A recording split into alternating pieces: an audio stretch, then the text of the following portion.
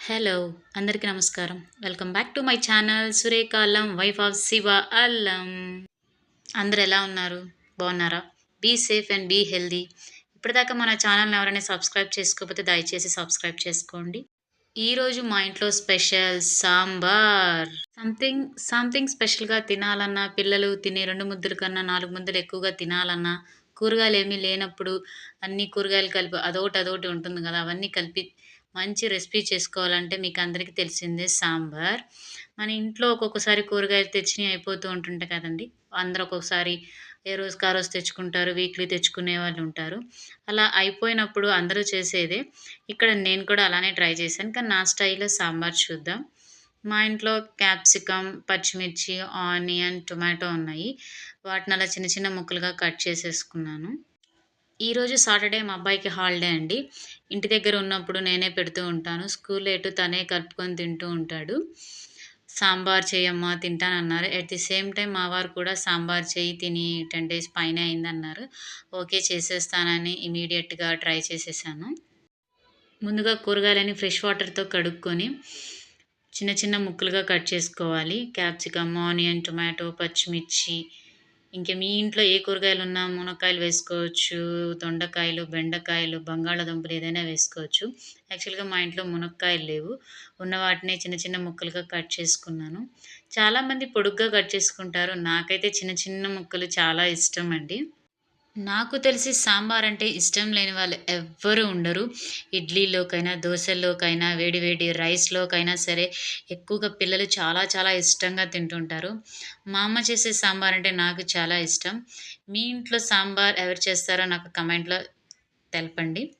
మీలో first time sambar try చేసినప్పుడు మీ experience ఎలా ఉందో నాతో కమెంట్‌లో షేర్ చేసుకోండి.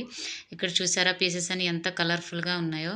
చిన్న సైజు నిమ్మకాయ అంత సైజు చింతపండుని అలా నానబెట్టుకోవాలి. అదే టైంలో కుక్కర్‌లో నేను ఇక్కడ 2 గ్లాసులు కందిపప్పు వేసి పొయ్యి మీద పెట్టేసానండి. 5 విజిల్స్ వచ్చే వరకు ఉంచాను. స్టవ్ వెలిగించి 2 టేబుల్ స్పూన్ ఆయిల్ వేశాను. ఆవాలు, మినపప్పు, జీలకర్ర, పచ్చిశనగపప్పు ఉంటే అన్నీ వేసుకోవచ్చు.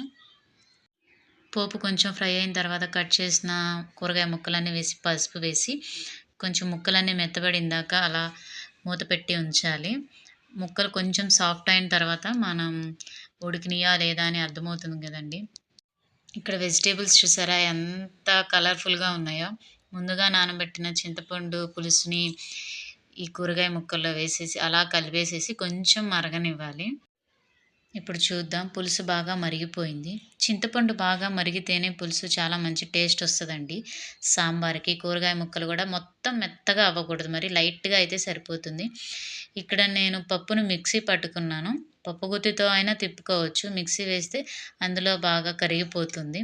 పప్పు వేసి పప్పు వేసి గరిటెతో అలా మొత్తం తిప్పితే ఆ నీళ్ళల్లో కొంచెం కరిగిపోతుంది. పప్పు వేసిన తర్వాత కొంచెం రుచికి సరిపడా సాల్ట్ వేసుకోవాలి. తర్వాత కారం ఏసుకోవాలి. మీరు ఎంత తింటారో స్పైసీ అయితే స్పైసీ, నార్మల్‌గా అయితే నార్మల్‌గా. ఇక్కడ మేము స్పైసీగా తింటామండి. 4 స్పూన్స్ కారం ఏసాను. ఉప్పు, కారం వేసిన తర్వాత సాంబార్‌కి, ముక్కలకి పడతదండి చింతపండు గుజ్జుకి. తర్వాత ఇక్కడ నేను 2 టేబుల్ స్పూన్స్ సాంబార్ పౌడర్ వేశాను. ఈ సాంబార్ పౌడర్ వేస్తే కర్రీకి చాలా చాలా అరోమా గాని, స్మెల్ గాని, టేస్ట్ గాని చాలా ఉంటుంది. మీరొకసారి ట్రై చేయండి. సాంబార్ ఎంత మరిగితే అంత రుచుంటుందండి. చివరగా కొంచెం కొత్తిమీర, కొంచెం పుదీనా వేసుకోవాలి. ఏ కూరకైనా కరివేపాకైనా, కొత్తిమీరైనా, పుదీనా వేస్తే ఆ రుచే నెక్స్ట్ లెవెల్ ఉంటుందండి. ఈ 3 లేకుండా నేనైతే ఏ కూర చేయను. ఇక్కడ సాంబార్ అయితే స్మెల్ ఒస్తుందండి. మామూలుగా లేదు. రుచి చాలా చాలా బావుంటుంది.